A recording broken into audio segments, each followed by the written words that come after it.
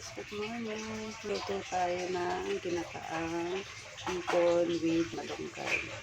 Samahan niyo ko pero ko ang ingredients kung paano pagluto ng ginataang malunggay.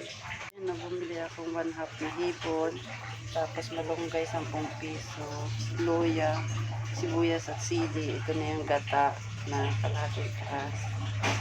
Ayan, gigisa muna natin yung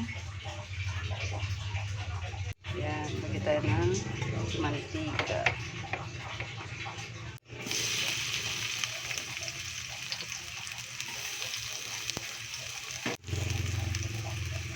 Suya.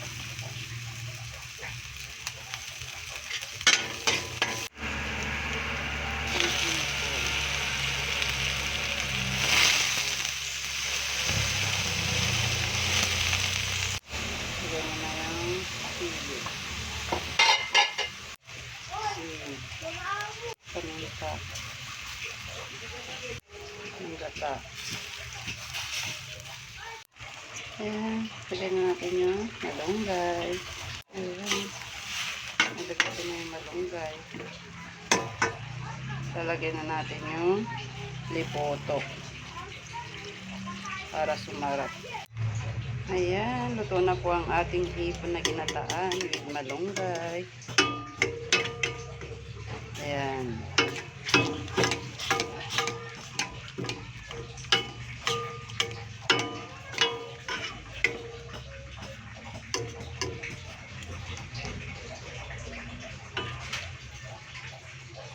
Ayan, tikman na natin yung sabaw.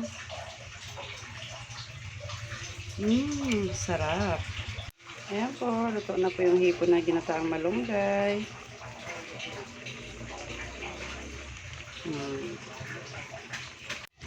Ayan, luto na po ang ating ginataan.